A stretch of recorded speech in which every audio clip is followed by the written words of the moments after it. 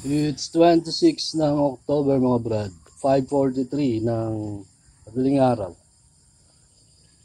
Nakaidlip lang ng kapraso pero nawala ulit eh. Sabi ko sa inyo pag alas 5 na. Nasasanay na akong gumising na alas 5, alas 6. So balita lang tayo. Magulo dito. Magdamagan akong hanggang paputukan ng araw. Tinrabaho ng mga putang inan to. Hindi ko nga kilala kung sino-sino tumato.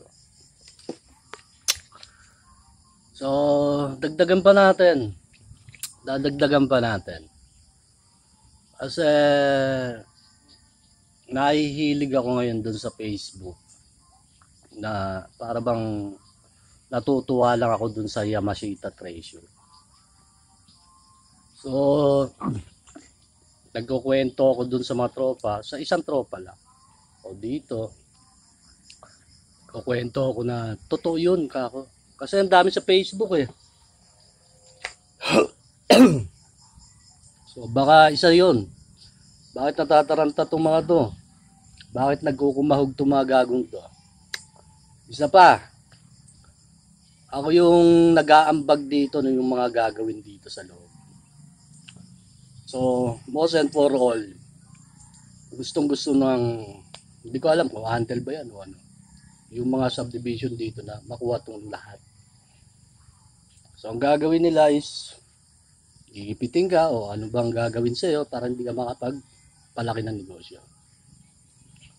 So, ako yung nag-aambag dito ng kung ano yung magandang gawin sa loob.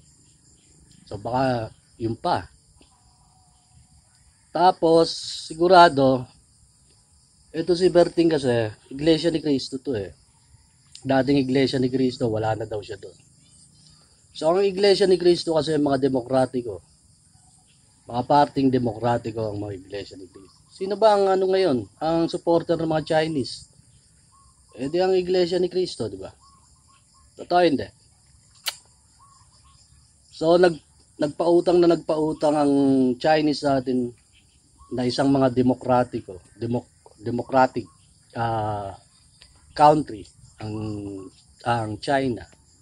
So nagpautang ng pera hanggang sa lumubog ang bansa. So yung binigyan ng mga pera, yung mga politiko, kinurakot. Ano na yon? Tentative na yon. Copy na yon sa kabila. So para hindi sila makabayad. Para hindi makabayad yung bansa. So anong ginawa ni Bongbong? Kinuha ulit yung mga pera. Nakuha nyo? So ako nagsasalita lang ako dito. Wala akong pake. Wala akong pakialam. Pinakikita ko lang sa Pilipino kung ano yung nakikita ko. Nakuha nyo? Matagal na dapat tayo mayaman.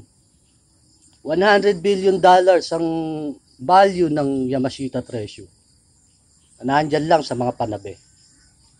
Nakuha nyo? Nakuha nyo ba? Matagal na dapat mayaman ang Pilipinas. $100 billion. Magkano yun noon? Noong unang panahon. Ano na tayo ngayon? Nakuha nyo? So baka ito yung bakit nagwawala itong mga putang inan to. Dito sa bunga, ang dami nilang gising dyan, no? Binababoy ako. Dito sa kabila, ang dami nilang siraulo dyan. Dito, yung mga babae dito, hindi ko alam kung dun sa kabilang kabila, yung katabing resort nito o dito lang. Hindi ko alam. So, pasuporta na lang mga brad kasi nag-basketball nga ako kahapon. Hingal na hingal ako. Dapat 10 to 11 o'clock kasi nag-ooras ako eh. 9 to 10, 11, matutulog na ako. So, dapat yung oras na yon matutulog na ako. Hindi ako kasi ako matutulog ng maaga kasi may mga tao pang darating. Na-istorbo ko. Pag na-istorbo ko, mawawala yung antok ko. So, ganun ang ginagawa minsan sa akin. So, kayo, patimbre lang ako dito. Paki-monitor silang lahat. Paki-alamin yung lahat. Kung sino-sino sila. Ako, wala akong pakialam sa Yamashita Treasure. Fuck you. Natutuwa lang ako. Dahil mas malaki pa ang pera ang kaya kong ibigay dyan sa Yamashita Treasure nyo. Putang ina nyo. Kaya nga ako nagpapakuha dun sa Amerika. Para malaman natin yung sinasabi ko. Malay mo, tsumamba ako. Di ba totoo ba yung sinasabi ko? Kailangan ko ng mga tropa dito na susuporta kasi marami nang siraulo dito. Mga pinadala ata to, kasi nga madaldal tayong tao. Yung mga sa akin, ano lang naman yon yung tawag nito. Normal lang sa akin yon.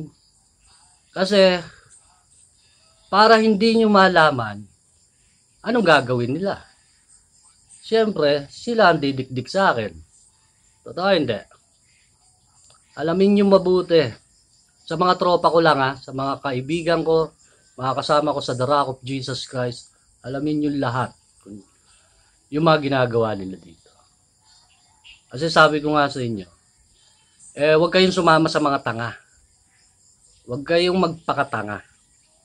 Mas marami pa tayong pera sa kanila. Tatandaan yung sinabi ko.